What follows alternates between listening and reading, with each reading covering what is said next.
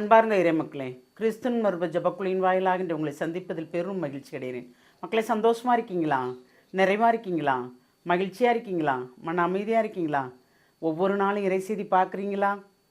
மக்களே, பார்க்க வேண்டும் கண்டிப்பாக. ஏன்னா நமக்கு நாள்தோறும் ஒரு இறை வார்த்தைகள் நமக்குரிய காரியங்கள் அதில் இருக்கும் இல்லையா? இந்த ஒரு நமக்கு என்ன இறை வார்த்தை தருகிறார் பார்ப்போமா? மத்தேயு எழுதிய நற்செய்தி அதிகாரம் 9, இறை வார்த்தை 18 22 முடிய.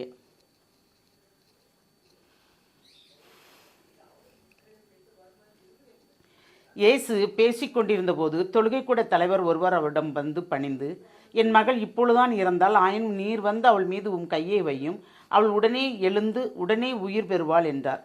இயேசு எழுந்து அவர் பின்னே சென்றார். இயேசுவின் சீடர்களும் அவரை பின்தொடர்ந்தனர்.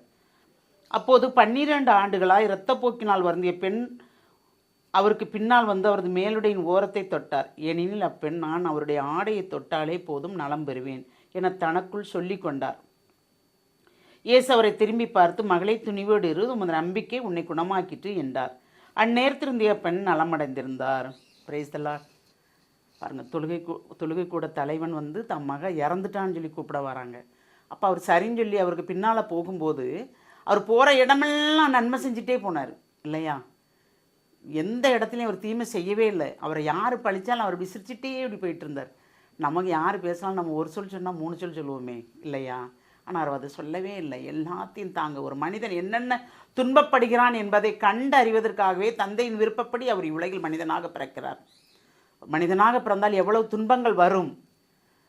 நிறைய வாழ்பவர்கள் இருக்கிறார்கள் இல்லையா? சுகபோகத்தில் இருப்பவர்களும் இருக்கிறார்கள். ஏழை எளியவர்கள் எப்படி துன்பப்படுகிறார்கள் என்பதையும் எடுத்துரைப்பதற்காகவே, நமக்கு காண்பிப்பதற்காகவே இயேசு உலகில் மனிதனாக பிறக்கிறார். அப்புறம் தொழுகை கூட மகளை உயிர்க்கிறதுக்காக போகிறாரு. போகிற வழியிலையும் பாருங்கள், ஒரு அற்புதத்தை செஞ்சுட்டு போகிறாரு. ஏனென்றால் சொத்து சுகமெல்லாம் விற்று அவள் நோயின் தன்மையிலிருந்து பூர்ணமாக சுகம் பெறவில்லை. ஆனால் அவளுக்குள் என்ன நினைக்கிறார்? அவர் என்னை தொட வேண்டாம், அவர் ஆடையை அவருடைய ஆடையின் ஓரத்தை தொட்டால் நான் போதும், நான் சுகமடைவேன். அப்போ அவளுடைய நம்பிக்கை எவ்வளோ பெரிதாக இருக்குது பாருங்கள். அந்த நம்பிக்கை அவர் எவ்வளவு பெரிதாகி இருந்தால் அவள் அதை கேட்ட உடனே அவள் சுகம் பெற்றிருப்பாள். அந்த ஆடையை தொட்ட உடனே அவள் குணமடைந்திருப்பாள். நம்மளுடைய நம்பிக்கை எப்படி இருக்கிறது? இறைவன் கேட்கும்போது எனக்கு இது வேணும்னு மண்டாடுறோம், ஆனால் கிடைச்ச உடனே அதுக்கப்புறம் நாம் அவரை மறந்துடுறோம். அடுத்த துன்பம் வரும்போது தான் அவர்கிட்ட நெருங்குறோம். என்ன கிடைச்சாலும் கிடைக்காட்டாலும் அவரோடு இணைந்து நடக்கிறோம் என்று வச்சுக்கோங்களேன். அதுதான் நம் பாறையின் மீது அஸ்திவாரம் போட்ட மாதிரி இருக்கும் இயேசுவோடு இருக்கிறதுக்கு.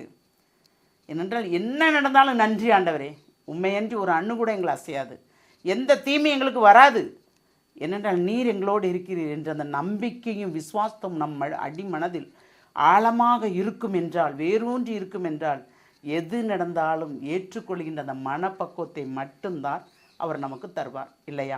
அப்போது அந்த மனப்பக்குவத்தை அவர் தரும் வரத்தை தான் நாம் கேட்க வேண்டும். என்ன நடந்தாலும் ஏற்றுக்கொள்கின்ற மனப்பக்குவத்தை எனக்கு தாரும் ஆண்டவரே என்று நாம் கேட்கும்போது எல்லாமே நமக்கு நன்மையாக நடக்கும்.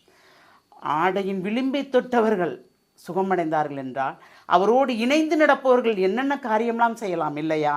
அப்போ நாம் அவரோடு இணைந்து நடக்கிறோம் என்றால் அந்த வல்லமையான கரம், அவருடைய கரம் நம்மளோடு இருந்து, அவர் நம் தொடும்போதோ நாம் பெறும்போதோ நாம் அல்ல, அவர் தான் எல்லாமே செய்கிறார். அப்போ நம்ம பெற்றுக்கொண்டோம் என்றால் அவருடைய நாமம் தான் மகிமைப்படுத்த வேண்டும். நாம் ஒருவருக்கு நன்மையான காரியங்களை பெற்றுக் கொடுக்கிறோம் என்றால் இறைவனை போற்று, அவர் தானே தந்தார். நாங்கள் எளியவர்கள், நாங்கள் ஜெபித்தோம், எங்களிடம் ஒன்றுமே இல்லை, எங்கள் ஜெபம் கேட்கப்பட்டது, அதை நாங்கள் நம்புகிறோம், நாங்கள் விசுவசிக்கிறோம் அப்படின்னு சொல்லி பாருங்களேன், அதில் ஒரு நிறைவு. அப்போ நாம் நிறைவான காரியங்கள் செய்ய வேண்டும் என்றால் நம்மிடம் நிறைவான நம்பிக்கை வேண்டும். அந்த நம்பிக்கைக்கு யார் காரணம்? நாம் தான்.